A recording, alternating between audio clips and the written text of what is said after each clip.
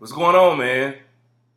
This is Coach Tex, man. Before I even get started, comment, like, subscribe below if you guys have anything that you want me to, any topic you want me to cover, okay? Leave it down in the comments, man. I'll get to it. It's not like I have 1 million subscribers or something. I got my first request from one of my parents, and he wanted me to talk about the importance of communicating, which is very, very important. Communication and good communication is important on not just a sports level, just in life, period. Good communication makes things a lot easier. So I'm going to talk about 5 things real quick of why communication in basketball or in sports in general is very important and that you should try to do as a teammate, as a player, as a coach, assistant coach, whatever. As long as you're not a parent screaming from the stands and you don't know what's going on the bench, communication is great. Number one, like I just said before, if you are communicating on the floor with teammates, telling guys where to go, telling guys where a defender is, telling the guy to run on a fast break or just giving small commands. You come off a ball screen, you're handling the ball, you tell them to roll, or you see something happening, you tell them to pop. Just 1 or 2 words can help out a teammate, okay? And it makes playing sports so much easier when you're verbally communicating, or sometimes even just nonverbal communication with your hands, your eyes. It depends on your bond with the teammate. And a lot of times, the more you play with someone, that's why people always talk about chemistry. The more you play with a teammate or you play with a team, the better and easier the communication is. Like, you know, when a person gives you a certain look or he gives you a certain wink or he gives you one of these, you know, this may mean an alley-oop, or this may mean I'm wide open on the block, or this may mean, hey, give me the rock, or this may mean, hey, you're wide open to drive. It just depends on who you're with. So you create that type of bond and chemistry with time, but a lot of times, like I said, talking 1 or 2 words. You don't have to have a full conversation with your teammate on the floor.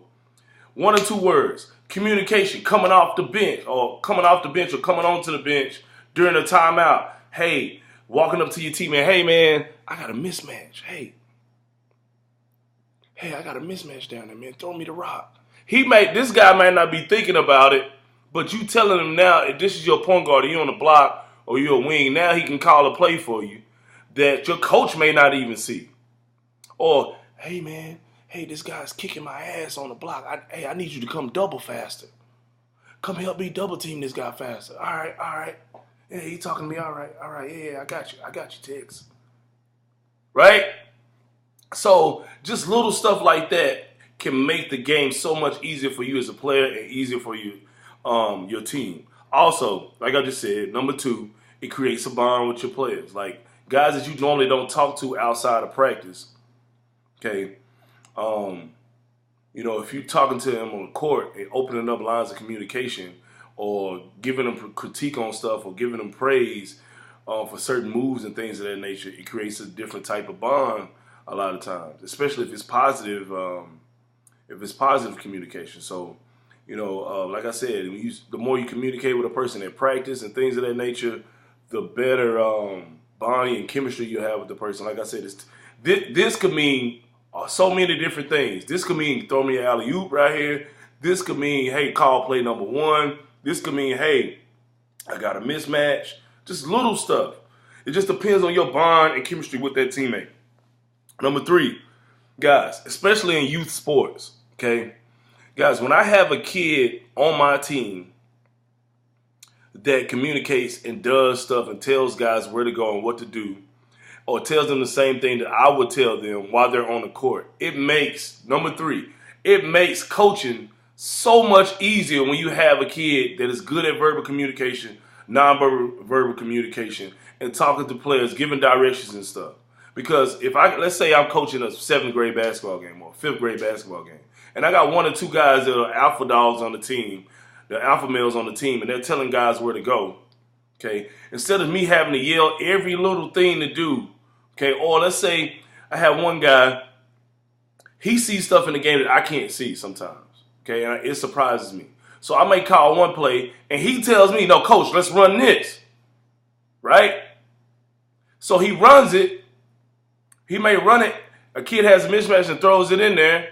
I mean, most kids, this is what I'm talking about. Most guys, and most players, they won't communicate stuff like that with their coach and tell them, hey, I see a mismatch. Let me run this instead. Okay? And it's not like a power thing between me and the player. Sometimes, and a lot of times, it just depends on who the player is. If I know he has a high IQ and he's out there in the game, it's totally different sometimes than you being out there and having a feel for it than me being on the sideline sometimes. So if you have a player that communicate with not only the coach, but his teammates and get things done and point directions, give directions, things, it makes it so much easier on the coach. Just think about it. If you had 5 guys on the floor, 3 guys on the floor at the same time that had the same mentality as the coach and are good verbal communicators, it takes away from all the work that your coach has to do. Coaches want that.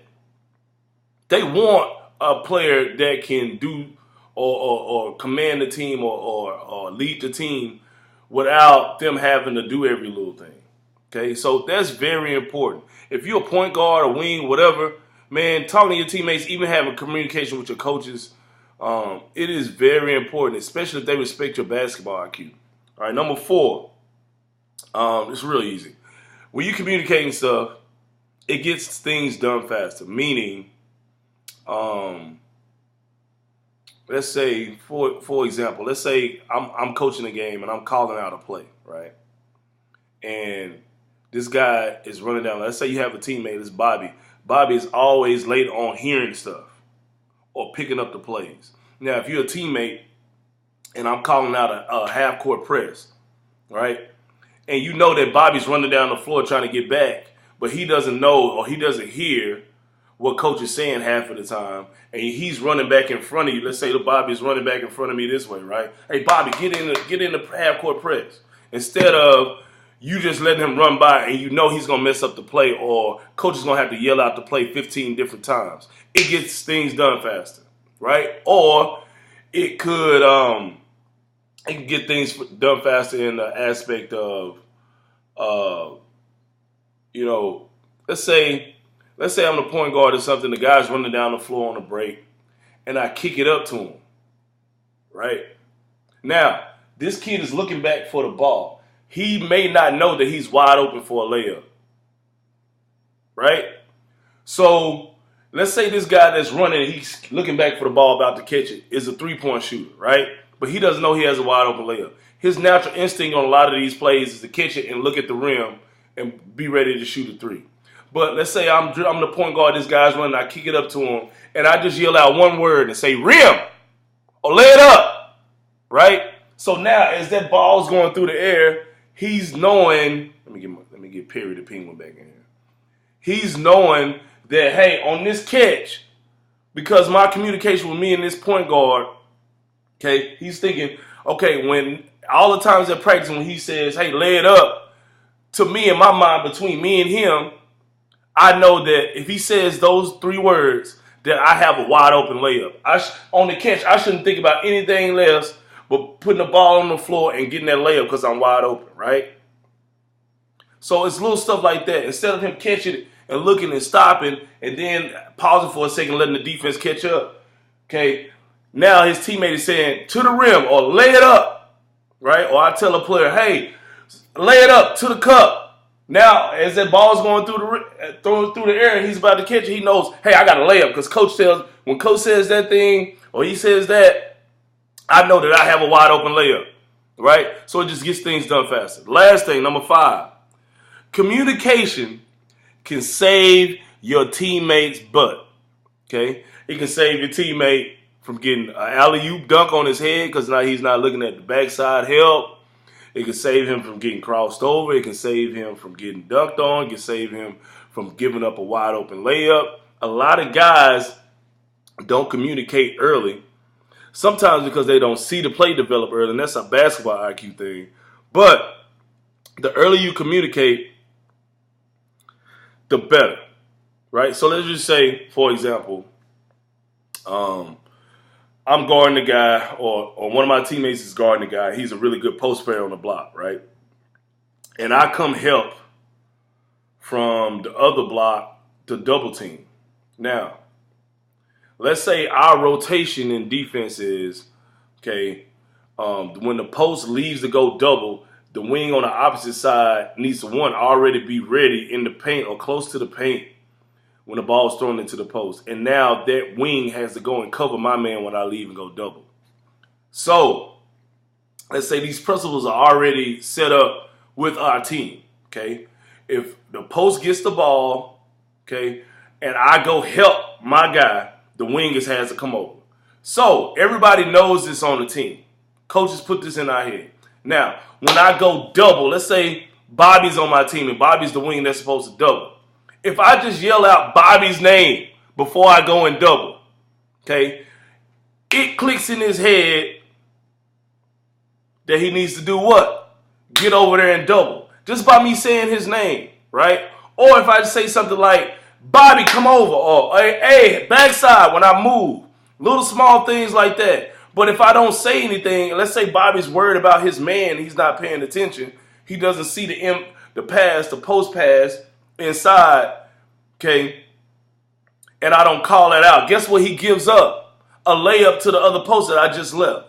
So it's little stuff like that. You can save your teammates' butt. So now, okay, I went and did my job, which was to double, right?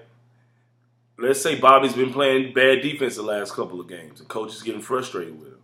Bobby forgets to rotate. Guess what? Bobby's coming out. But since I called out his name and communicated with him, I just saved his ass from getting taken out of the game. I saved us from getting scored on, right? So those are the 5 things right there, guys. Communication in basketball and sports is extremely important, just like good communication is good in every aspect, from with a job, communicating with your teachers, your classmates, communicating with your girlfriend, your wife. All of that stuff is very important. How you communicate is important, and good communication is important, okay? Comment, like, and subscribe, man. If you know anybody that may be interested in these videos, man, pass them along, man. I only got like 5 subscribers, so, okay? But at the end of the day, like I tell you guys, all you Penguin guys, I'm doing this for you guys. I don't care who watches it. I don't care if I get 1 million subscribers. I'm putting this stuff together for you guys. I love talking about these things. If you have any type of suggestions or anything you want me to talk about, let me know and I'll do it. All right. See you guys later.